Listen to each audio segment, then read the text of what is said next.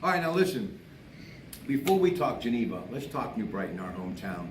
My buddy Mark Nemisak, the Gridiron Club, Football Mothers, Boosters, all getting ready. Skip Kluka, of course, alumni too, going to be a major part of Y, number 33 in your New Brighton Lions program from that class of 1968. Will be coming back to New Brighton, talking about Ron Poe James. I have a lot of memories, and I know you have to have a few. I mean, I have vivid memories. Like the game he scored all of the points against Belle Vernon. The classic between him and fellow from Beaver that is still being from New Brighton. We don't want to mention Beaver as much, but that was a great game. Their running back. That Herbie Ellis. You said the name.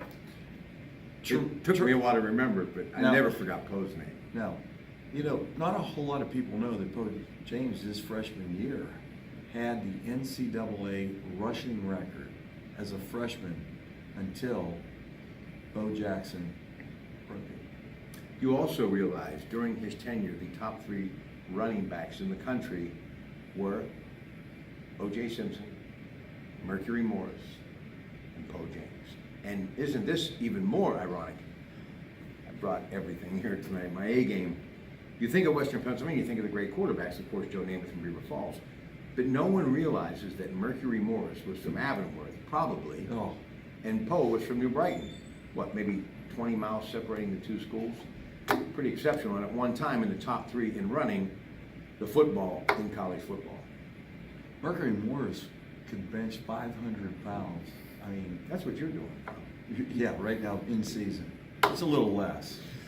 Tremendous, though. I mean, yes, when my friend P.J. Comanchic played at North Catholic, Clarion grad, news director, KDK Radio, said Mercury Morris was from Avonworth. This was years ago. I think we were actually doing a football game somewhere on the radio. I literally almost fell out of the press box. Nobody talks about that. No.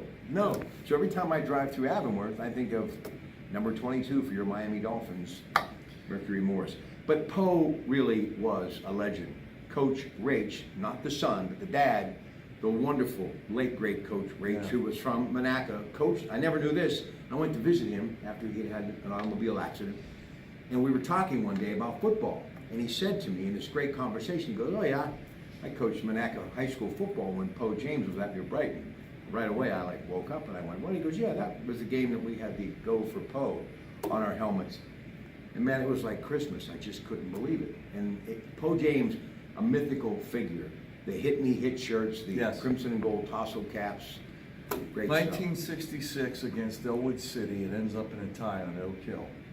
The coach at Elwood City at that time, Don Costa, who was our quarterback coach here for many, many years. Amazing. My brother-in-law, we were talking about, John, played for Larry Bruno here, graduated in '65.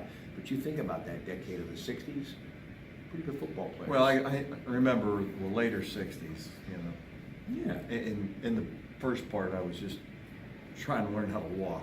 And then there was a guy who played on this field just a few years after Poe, but for a different team, Tony Dorsett. Not too bad. Yeah, he's your Hopo Vikings. Yeah, absolutely.